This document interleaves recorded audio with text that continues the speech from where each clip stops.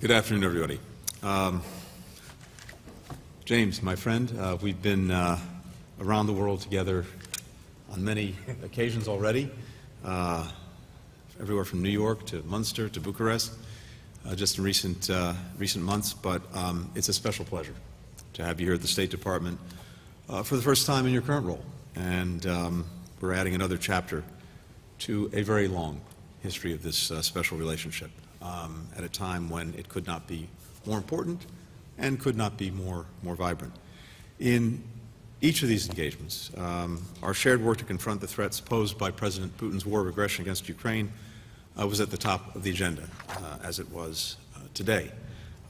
Both President Biden and Prime Minister Sunak have committed to standing with Ukraine for as long as it takes, and our teams are in lockstep as we coordinate our efforts, both with one another and also with our many allies and partners. We remain committed to sustaining our security assistance to Ukraine as it defends its people against Russia's brutal attacks, like the one we saw just this weekend on an apartment building in Dnipro on Saturday, far from the front lines. The senseless attack was launched from a missile designed to sink ships and killed dozens of people, wounded scores more. The youngest was just 3 years old. We applaud the Prime Minister's commitment over the weekend to send Challenger 2 tanks and additional artillery systems to Ukraine, elements that will continue to reinforce and add to what the United States has provided, including in our most recent drawdown. We remain united in strengthening our humanitarian assistance to the Ukrainian people, especially as President Putin continues to weaponize winter by attacking Ukraine's electricity grid. Through the G7, we're working with the United Kingdom and other partners to help Ukraine repair, restore, and defend that grid. And we joined in applying economic pressure through coordinated sanctions and export controls on Moscow, holding President Putin and his enablers accountable, imposing costs designed to deprive Russia of the resources it needs to keep fueling its war machine.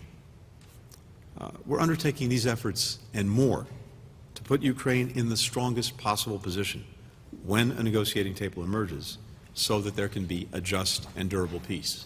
That is our common objective. At the same time, the Russian military attacks Ukraine's energy supplies. Putin is using energy to try to punish countries that support Ukraine. We're working together in several ways to ensure that these efforts fail as well. We're increasing the supply of liquefied natural gas from the United States to the United Kingdom. We've improved information sharing on ways to strengthen the market for energy-smart appliances. We're investing in developing and deploying new clean energy technologies all across Europe. In the face of these challenges, it's striking that many citizens of the United Kingdom and across the continent are rationing their energy use, taking quicker showers, lowering their heat. They understand the stakes of this war, and they too stand in solidarity with Ukraine. The Foreign Secretary and I also had an opportunity to discuss Iran. We stand with the British government in condemning Iran's execution of Iranian-British dual national Ali Reza Akbari, which was politically motivated and unjust. It fits a pattern of abuse by the regime: detentions, torture, forced confessions, unjust executions. We'll continue to work with the United Kingdom and our other allies and partners to hold Iran's leadership accountable for these and other abuses. We'll keep standing with the brave Iranians who are standing up for their own basic rights, led by young women, all of this in the face of extraordinary repression. We discussed matters as well related to the People's Republic of China. We welcome the United Kingdom's commitment to deepening its engagement in the Indo-Pacific. We look forward to continuing our close consultation on a host of issues in the region, including maintaining peace and stability across the Taiwan Strait. We also support the United Kingdom's increased focus on national security risks to the sensitive technology sectors. In recent days, the United Kingdom has denied export licenses to research laboratories funded by foreign defense companies and blocked the transfer of sensitive intellectual property. Our conversation also touched on Northern Ireland. I affirmed President Biden's unequivocal support for the Belfast Good Friday Agreement, which over the past 25 years has been integral to preserving peace, stability, and prosperity for the people of Northern Ireland. The United States believes that there must be a negotiated settlement to the implementation of the Northern Ireland Protocol that's acceptable to all sides, and we're heartened that in recent days the United Kingdom and the European Union have made substantive progress toward a negotiated solution. Last month we appointed Joe Kennedy as our new Special Envoy to Northern Ireland for Economic Affairs. A career public servant, Joe will draw on his extensive experience to support economic growth in Northern Ireland and to deepen our nation's people-to-people ties with all communities. This September will mark an important occasion in our own special relationship, the 75th anniversary of the UK-US Fulbright program. It's supported over those years more than 27,000 students, scholars, professionals, spanning disciplines from art and science to history to mathematics, as they travel between our countries and learn from and grow with one another. That bond between our people is the beating heart of this relationship. It's carried us through challenging times. It's created opportunities and innovation for the benefit of both of our people, and I might add, for the world. I know that it will keep us connected closer than ever this year and in the years to come. And with that, James, over to you. Tony, thank you very much. I'm delighted to pay my first official visit to Washington as Foreign Secretary. As you said, we've had plenty of opportunities to meet and work together over the last few months since my appointment in multilateral fora, where we reinforce so often our respective positions. And I am incredibly grateful to Secretary Blinken for this opportunity to discuss a wide range of foreign policy issues and to reaffirm the unbreakable friendship and enduring alliance between the United Kingdom and the United States of America. Now, as it happens, we are meeting on the 80th anniversary of the Casablanca Conference in January 1943, where Winston Churchill and President Roosevelt and their respective military chiefs, General Allenbrook and General Marshall, planned the liberation of Europe and planned the victory over aggression. And as Secretary Blinken said, the main subject of our talks today was Ukraine's current struggle against aggression in our time. From the onset of this crisis, Britain and America have worked hand in glove to help our Ukrainian friends defend their homeland against Putin's aggression. Ukraine's heroic armed forces have liberated thousands of square miles, and I have no doubt they can win in their battle for freedom. As you will have seen, Britain has decided to accelerate our support, including the supply to Ukraine of main battle tanks, heavy artillery, and other military systems. Secretary Blinken and I are hugely encouraged not just by the unity between our two countries, but the transatlantic unity between the United States and Europe, and the support from nations on every continent. Almost a year after Russia's attack against Ukraine, which broke the fundamental principles of international law, and we see them committing acts of barbarism wherever they advance. What we see is dozens of countries supplying Ukraine with weapons and enforcing sanctions against Russia. And I pay particular tribute to the United States of America, the largest military and economic donor to our friends in Ukraine, reinforcing this country's long-standing commitment to protecting freedom and opposing tyranny wherever it rears its ugly head. And whilst 3/4 of the entire membership of the United Nations voted to condemn this invasion, we should remember that never in living memory has Russia been more isolated and the Atlantic Alliance more united. If Putin believed that the world would succumb to Ukraine fatigue and lose the will to resist his ambitions, then that was once again another colossal misjudgment on his part. As Tony said, we also discussed the situation in Iran, where the regime has committed a cowardly and shameful act by executing a British-Iranian dual national, Alireza Akbari. I'm very grateful to the United States of America for publicly condemning the execution and for Secretary Blinken expressing his condolences in our meeting a few moments ago. And also, our two countries stand with the brave and dignified people of Iran as they demand their rights to live free of terror and oppression. And the UK has sanctioned those involved with the execution of Mr. Akbari and those involved in the oppression of their own people, including the Iranian Prosecutor General. For years, Iran's leadership have inflicted bloodshed on their regional neighbours by arming and supporting military extremists and militias. Now Iran has gone further and supplied Russia with the drones that were used to kill civilians in Ukraine. And the UK will join with the US and other allies to hold the Iranian regime to account for the violations of the rights of their own people, and by making themselves accomplices to Putin's assault on Ukraine. Another threat to the international peace and security comes from Iran's nuclear program, which has never been more advanced. And the US and the UK are determined that Iran must never acquire a nuclear weapon. We also discussed China's growing assertiveness on the world stage, which poses a systematic challenge to many of our values and interests. And we recognise the need to manage competition with China, including through diplomacy and engagement. And we spoke of the need to enhance with our allies and friends our respective economic security.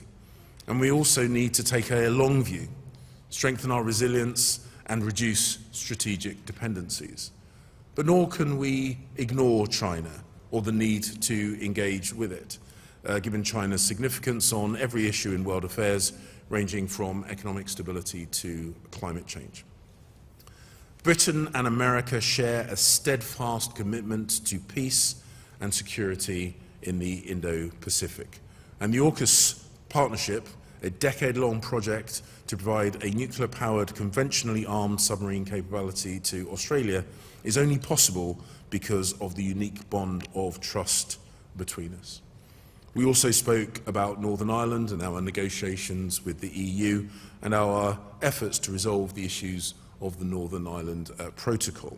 And we recognise the interest that the President of the United States has on this issue, and his desire, which is shared, of course, by us, to see the institutions of the Northern Ireland back up and running. In all these areas, and indeed many others, Britain and America are working in concert in the greatest tradition of our alliance. And I thank you, Secretary Blinken, once again for the opportunity to discuss these issues here in Washington. Thank you. We'll now turn to questions. We'll start with Andrea Mitchell of NBC News. Thank you very much, gentlemen. Mr. Secretary, first, I do want to ask you both about Ukraine, but first, let me just ask you, because while you were at the State Department, not at the White House and the Vice President's office, you were for 2 years the managing director of the Penn Biden Center, and just ask if you are aware of any reason why classified documents would have been packed and brought there while you were there, and whether you would be available for an interview if the special counsel requests? The short answer is no. Just as you heard from President Biden about a week ago, I was surprised to learn that there were any government records taken to the Penn Biden Center. I had no knowledge of it at the time. The White House, of course, has indicated that the administration is cooperating fully with the review that the Justice Department has undertaken, and I, of course, would cooperate fully with that review myself. Thank you. On Ukraine, the world has been horrified by what happened in Dnipro over the weekend, and this brutal attack only reinforces President Zelensky's requests for more weapons, including long-range missiles from the United States, tanks, fighter jets, ATACMS, obviously Apaches, whatever else they need. The Foreign Secretary has said that we need to go further and faster and give them what it takes to win? Why has the United States not provided more of these long-range weapons, more of these systems? And Mr. Foreign Secretary, the U.S. has said that they are concerned about Russia's response, about provoking a further escalation. Is that not a concern for Great Britain, or do you think that that is overstated and that there is a greater need, as you have certainly expressed by your own actions? Thank you, Bob. I'm happy to kick it off. Andrew, thank you. First, I think it's important to say that as this aggression has evolved, so too has our assistance to Ukraine, making sure that it has what it needs to meet the aggression head-on.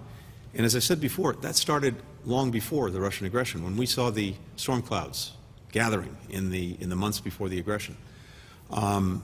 We initiated what we call drawdowns of our own military equipment to Ukraine to make sure that it had on hand what it would need if Russia went through with the aggression. So Stingers, Javelins, all of those were provided initially around Labor Day a year ago, and then again before Christmas. So this is months before the Russian aggression.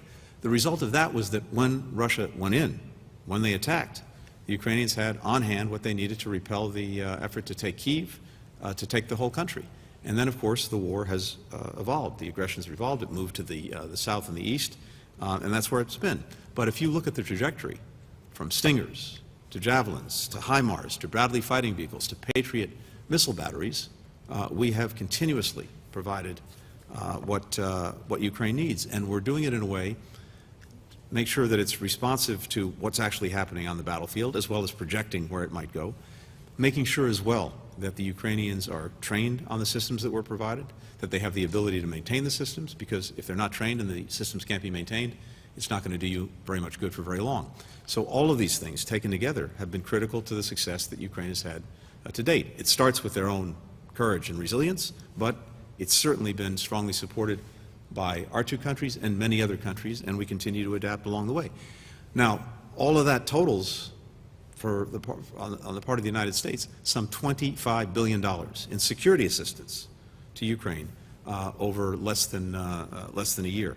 And I would anticipate that you'll hear more announcements in the days to come. There'll be a meeting again at the end of the week of the so-called Ramstein group that Secretary Austin put together to make sure that we're coordinating security assistance among many countries. So stay tuned for more on that.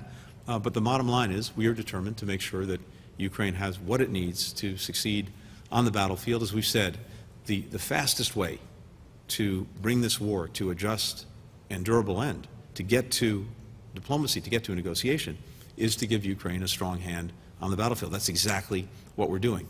Last thing I'll say, just because I have the opportunity to address this, there had been a narrative that the Russians were trying to push for many weeks and many months, that they're interested in diplomacy, Ukraine and we are not. That, of course, is entirely false, but I think you only have to look at Putin's own words in a recent conversation with President Erdogan of Turkey, in which he says, unless and until Ukraine accepts the new territorial realities, as he put it, there's nothing to negotiate. In other words, unless and until Ukraine acknowledges and accepts the fact that territory that Russia has seized by force, it's not getting back, there's nothing to negotiate. That, of course, is in and of itself a non-starter. Andrea, look, I said in my opening remarks, and I'm going to reinforce it here, we should never lose sight of the fact that the United States of America is the single largest donor of military and economic aid to support Ukraine's self-defense of any country in the world. The UK is very proud to be number 2 in that pecking order. And it's very easy to get focused on individual equipment types. And of course, tanks are the headline of today. But in our package of military support, there were heavy artillery, the AS-90 system and the M109 system, the 155 caliber guns, as well as 105 caliber guns, as well as 100,000 rounds of artillery ammunition, millions of rounds of small arms ammunition. That was part of the package that we put forward.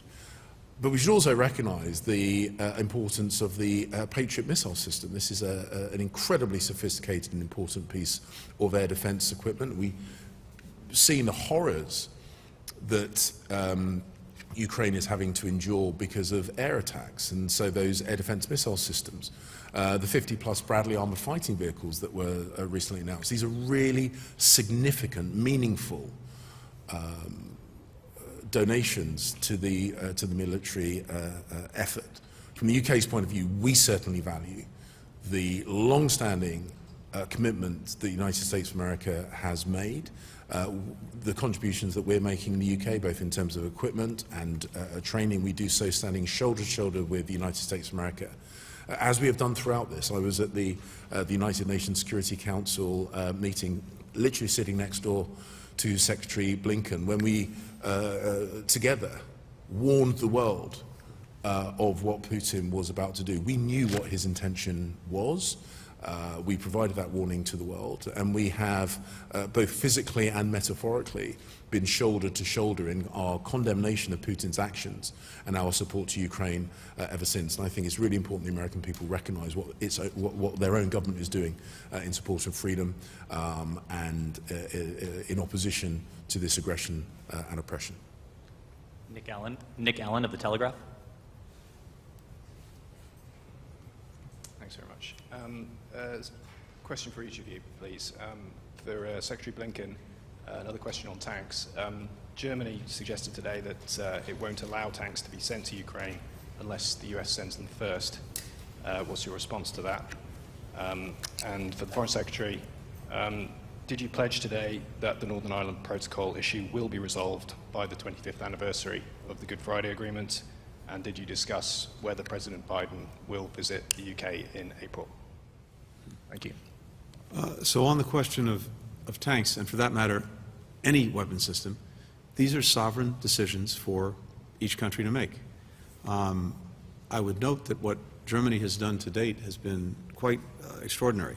And we've just had the recent announcement that they'll send infantry fighting vehicles to Ukraine and a Patriot missile battery. And that follows a long line of other steps that they've taken that I suspect most of us would not have thought, if not possible, certainly probable, just a year ago. But these are fundamentally decisions for each country to make as something that we respect. We've seen incredible solidarity among countries around the world to support Ukraine. And as I mentioned, Secretary Austin is going to be hosting another meeting of all of the countries that are involved in providing support to Ukraine at the end of this week, and I would expect further announcements to come out of that meeting. Thank you. With regard to the Northern Ireland Protocol and the negotiations with the European Commission, I did update Secretary Blinken on that. Those negotiations, as I have said publicly, and Maros Sefcovic has also said publicly, have been conducted in good faith with a genuine desire to get resolution to these important issues. And of course, we always welcome the visits from senior members of the United States government, including, of course, the President himself. But I want to make it absolutely clear that our desire to get resolution on the issues of the Northern Ireland Protocol are because we want to see the institutions of the Belfast Good Friday Agreement up and running. We want to see devolved government in Northern Ireland and Stormont back up and running. We want to see a free flow of trade within the UK internal market, whilst respecting the desire of the European Union to protect its single market. And we do these things because they are the right things to do, not because we are trying to hit a particular date or anniversary. We want to get these things resolved as soon as possible so that the people of Northern Ireland can enjoy full economic freedom, can enjoy the relief packages that the UK government has put in place to address some of the issues of, for example, energy prices that have increased as a direct result of Russia's invasion of Ukraine. And we do these things for those reasons. And of course, as I say, we recognise the President and indeed the whole of the US government's desire to see this resolution. It mirrors our desire to get these things resolved, and indeed I believe very strongly mirrors the European Commission's desire to get these things resolved. And we will continue working hard And in that good spirit of cooperation, I'd make the point that I have tried to keep our negotiations discreet, and I think that discretion has actually helped us get some things over the line. So you will understand that my intention is to continue keeping those the details in those negotiations discreet. Courtney McBride, Bloomberg. Thank you. Good afternoon. You've highlighted the evolution of security assistance to Ukraine from the US, UK, and various allies and partners, and said that you're doing things that were not previously thought possible. I'm curious about what changed, what was the motivating factor that actually spurred that beyond just adapting to the changes in the battlefield environment, and also what obstacles remain, both individually and collectively, to get Ukraine to the point of that swift and decisive victory for which the Foreign Secretary has been advocating. And then finally on NATO accession for Sweden and Finland, which you both said would be additive for the alliance. What role are your countries playing in trying to expedite that process? Thank you. I don't think anything has changed. As I said, from day one and before day one, we have sought to make sure to the best of our ability and to the best of the ability of many other friends and partners who were determined to support Ukraine, that we were getting to the Ukrainians what they needed, when they needed it, to deal with the situation they were facing on the ground. And as we discussed just a few minutes ago, what they've been facing has evolved. That's what's changed. And so we tried to make sure that we're as responsive as quickly as possible to the evolutions on the battlefield. Not only where it is geographically, but the kinds of things that the Russians are doing, as well as the kinds of things that the Ukrainians need to do to regain the territory that's been taken from them by force. So I think that's been the evolution. And again, what you've seen in recent weeks, not only from the United States and the United Kingdom, but from many other countries, is a continued commitment to make sure that the Ukrainians do have what they need. And you've seen countries in Europe provide everything from fighting vehicles to light tanks, air defenses, ammunition, artillery. All of that continues to come forward to the Ukrainians. We're now in winter. There continues to be ferocious fighting, particularly along the Eastern Front. I anticipate that that will unfortunately go on for some time, but we are determined together, as well as with many others, to make sure, as I said, that the Ukrainians have what they need to regain what they've lost, and to deal with the Russian aggression. So that hasn't changed. With regard to Finland and Sweden and NATO, there's been an ongoing process involving Turkey, Finland, and Sweden, and I think that process has been very productive in addressing some of the concerns that Turkey has raised about its own security, and both Finland and Sweden have taken significant steps to address those concerns, and we anticipate that this process will move forward in the weeks and months ahead. There's a strong consensus among NATO countries for bringing Finland and Sweden into the alliance. You've seen that in the extraordinary rapid signing of the protocols, the ratification now by 28 of 30 NATO members of Finland and Sweden's accession, and we look to the process that's ongoing between Turkey, Finland, and Sweden to move this forward and move it forward expeditiously. Well, really, all I can do is find myself reinforcing the points that Secretary Blinken has made. I mean, in your question, you said, other than the evolution of the battle, what has changed? I mean, it really is as simple as that. At the start of this conflict, when the Ukrainians were defending themselves against heavy armor attacks in urban locations in and around Kyiv and Irpin and other places, what they needed were those small, portable, handheld anti-tank missile systems, because in the congested real estate of urban warfare, those were the most effective weapon systems that they could have utilized against tanks. And the NLAW systems that we provide manufactured in Northern Ireland, by the way, as well as the Javelin systems that the United States of America provided and others, were absolutely instrumental in helping the Ukrainians defend themselves in those urban areas. As the battle then moved to more attacks from the air defense systems that we have subsequently provided became key, and now we see more conflict in open spaces, in open ground in the east and the south, which therefore necessitates more maneuverist equipment, the ability to fight and maneuver simultaneously. And that has very much been the evolution of the response. As Secretary Blinken has said, the Ramstein process, where we sit with our international friends, members of the NATO alliance, to discuss what we can provide, what equipment is available, what equipment is ready to go on stream, what equipment the Ukrainians need is essential. Then it's about providing the right equipment at the right time so they conduct the right kind of fighting.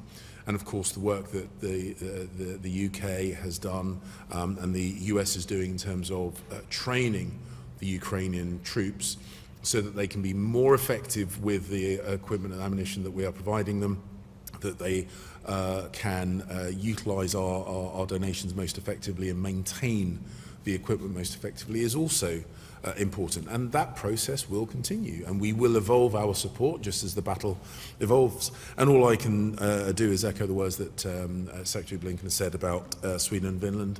I have absolutely no doubt they will be incredibly effective allies. And I would make the point that in both those countries they had a long-standing posture of not formally affiliating with NATO. That changed as a direct result of Putin's invasion of Ukraine. His actions were designed to break NATO as a defensive alliance, and what he did instead was strengthen NATO as a defensive alliance. Add that to the charge sheet of strategic level miscalculations that Putin has been making throughout this endeavor. We'll take a final question from Robert Moore of ITV. Thanks for taking these questions. I wanted to follow up with a question about Iran, following the killing of Mr. Akbari. I mean, you've both said here today, and Foreign Secretary, you said in the House of Commons, that you will hold Iran to account. Can you be specific about what you mean, given that these sanctions you refer to have been in place for some time? And I wonder more broadly where this leaves our Iran policy. Do we regard leaders in Tehran as legitimate interlocutors in terms of the nuclear talks? Are they dead in the water, or are they on life support, or can they be potentially kept going even following the killing of Mr. Akbari, even following Iran's provision of so much weaponry to Russia?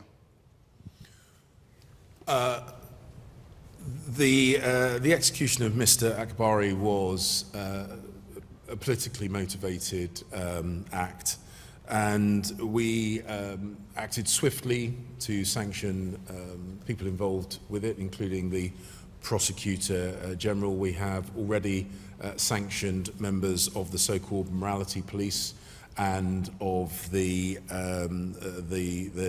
members of the Iranian judiciary who have been involved with the crackdown of the legitimate protests of the Iranian people. I would make the point that there have been around 500 fatalities because of the crackdown from the Iranian regime against their own people. 18,000 people arrested by the Iranian regime. And the point that I would make is the leadership of Iran is a decision for the Iranian people.